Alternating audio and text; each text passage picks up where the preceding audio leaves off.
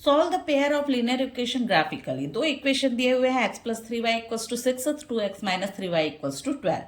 तो हमको केवल किसी भी इक्वेशन के लिए दो दो पॉइंट निकालना सफिशियंट होता है। आप दो से ज्यादा भी पॉइंट निकाल सकते हैं। और अगर आप ऐसे पॉइंट निकालिए जिससे कि कोशिश कीजिए कि x और y दोनों की वैल्यू क्या होल नंबर में आए, या फिर 1/2 या मतलब बाई 2 के फॉर्म में आए, ताकि उसको ग्राफ में प्लॉट करना इजी हो। तो सबसे इजी पड़ता है x = 0 रखना। तो x = 0 रखा तो 3y = 6 हो गया। तो y = कितना आ गया, 6/3 = 2। तो एक पॉइंट आपको मिल गया 0, 2। ठीक है, x 0 है, y 2 है। इसी तरीके से दूसरे बार y आपने 0 रख दिया तो क्या आ गया, x = 6 आ गया। तो दूसरा पॉइंट आपका क्या हो गया, 6, 0। ठीक है, इसी तरीके से दूसरे इक्वेशन के लिए भी आप ऐसे ही दो पॉइंट निकाल लीजिए। 2x - 3y = 12 है।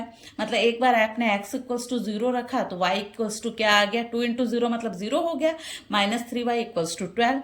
तो y = कितना आ गया, -4। ठीक है, और सेकंड बार आपने क्या लिया, y = 0 लिया तो 2x = 12 आ गया।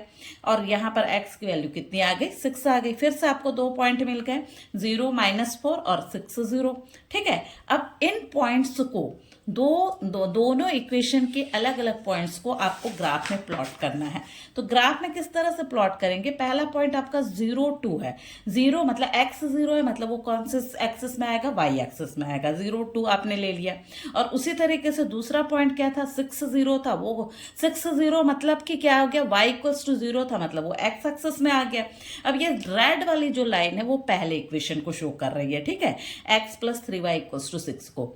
इसी तरीके से दूसरा पॉइंट आपका क्या था, 0, 4 था। तो 0 - 4 था, तो 0 - 4 मतलब माइनस यानी कि नीचे साइड में आ गया। तो -4 यहां पर आपने ले लिया, ये वाला पॉइंट आ गया 0 - 4। और 6, 0 इसमें भी था, तो 6, 0 यहां आ गया। तो आपका इन दोनों लाइन का इंटरसेक्टिंग पॉइंट कौन सा हो गया, 6, 0। तो 6, 0 आपका सॉल्यूशन हो गया।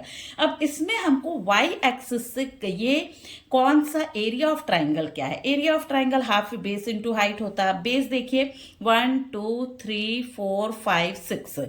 बेस आपका 6 है और हाइट कितनी है, हाइट भी 1, 2, 3, 4, 5, 6 है। तो हाफ इंटू 6 × 6 मतलब कितना आ जाएगा, ये आ गया 3, 6 are 18 सेंटीमीटर स्क्वायर या 18 यूनिट स्क्वायर। ठीक है, तो बहुत सिंपल है और बहुत इंपॉर्टेंट है, 5 मार्क्स का क्वेश्चन है। तो अच्छे से सॉल्व कीजिए। Thank you.